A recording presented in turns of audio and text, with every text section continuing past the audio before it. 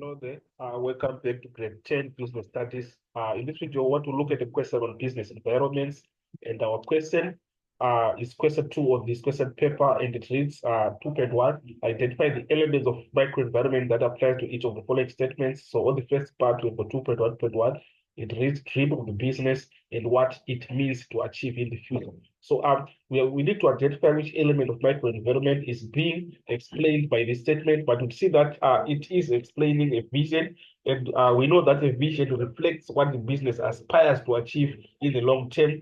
Generally, in a time frame of on average, we're talking about 5 to 10 years. So on the other hand, also we would see that a vision describes where an organization is going and what it will look like when it gets there. So basically, if you look at this statement that we have here, it explains that as it reads dream of the business and what it wants to achieve in the future. So basically, that's what we have in terms of 2.1.1. So if you go to another section, you'll see that we have got a vision being highlighted there. So our 2.1.1 is here, and we're seeing that we have got a vision. And if you go to the second one, it reads describes the purpose and basic activities of the business. So when you look at a statement that describes a purpose and basic activities of the business, it refers to a mission, and we know that a mission statement is a simple and brief description of the purpose of a company, defining its culture usually, and also its goals, and also we can also talk about the values are being mentioned in a mission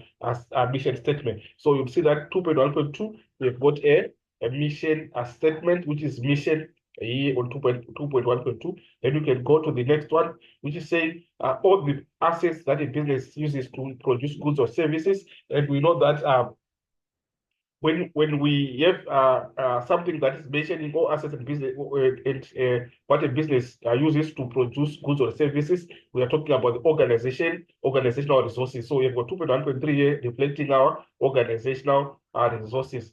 Then we go to the last one, which is saying the way a business goes about doing businesses, which is its culture. So I will see that the organizational structure is being explained by that statement, which is 2.1.4. Then we go to the next question, which is saying explain the difference between management and leadership. So the question is asking us to come up with discrepancies or differences that we can deduce from management and leadership.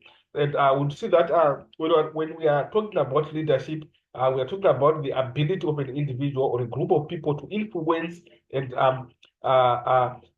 guide followers or members of an organization. So when we have the attitude of influencing and guiding your followers, we have got leadership abilities. So that's what we mean by leadership. Then when you go to management now, management it's deciding what needs to happen in organization or business in the future, and generating action plans that is deciding in advance. So the issue of this coming up with decisions in advance before maybe activities come to pass is what we mean by management. So now we want to come up now with the difference that we can deduce between management and leadership. So if you go through there, we have got a table that we have there on the other section that is explaining the difference that we have between management and leadership. When you look at leadership, on the first point, it reads influences human behavior. So leadership influences human behavior, and then on the other hand, you see that management guides human behavior. So that's the difference that we have. So we're talking about when we're talking about leadership, there is an aspect of influencing human behavior. On the other hand, when we're talking about management, we are talking about guiding human behavior. So this is the first difference that we can come up with that is there between leadership and management. The second difference is saying other leadership, leadership is people oriented. That is, its main focus is on the people. As we are saying, it's about leading the people that maybe they are below you in terms of levels of authority.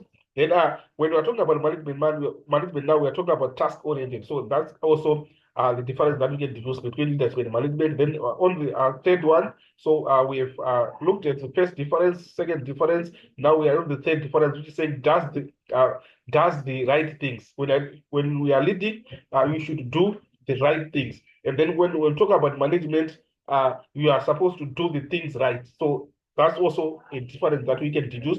The next one, leadership inspires staff to trust and support each other. Then on the other hand, management controls systems and procedures to get the job done. That is the fourth difference that we can deduce. Then we go to the last one, which is saying under leadership, there's motivational or inspirational. It is motivational or inspirational in its approach, whereby management, we have got instructional in their approach. So you see now, under management, we are talking about the issue of giving instruction, and the management giving instruction to subordinates. Then under leadership, it's motivating. You are trying to inspire or motivate the people that are below you. So this is what we mean by leadership. So this is the last difference that we can deduce between the two. When you go to the next question, we try to see what we have on 2.3.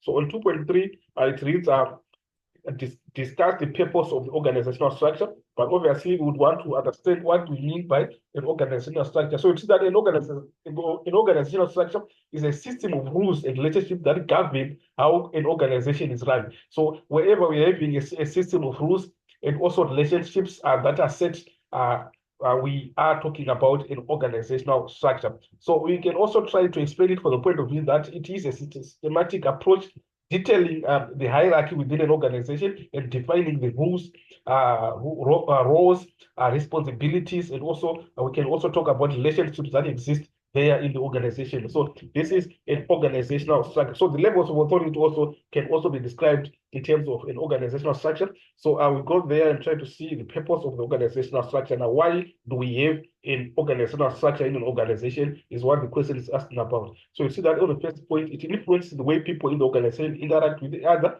as well as the way they interact with the stakeholders. So by knowing the organizational structure, you can be able to locate or see your position in the organization, and it becomes easier to communicate. So that's what we have the first point trying to highlight there. But on the second part, which is the second point, it determines the positions of authority of staff in relation to each other, which is very correct.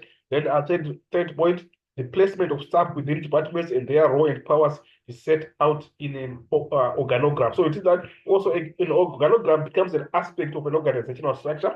Then we go to the last one, any other relevant answer related to the purpose. So we can also try to bring out any other answer that can relate to an organizational structure can also be marked correct. So this is what we have, guys, according to this video. Let's subscribe and share. Let's share the link to all our colleagues who are doing grade 10 business studies. As for this video, I'm signing out. We'll meet again in the next video.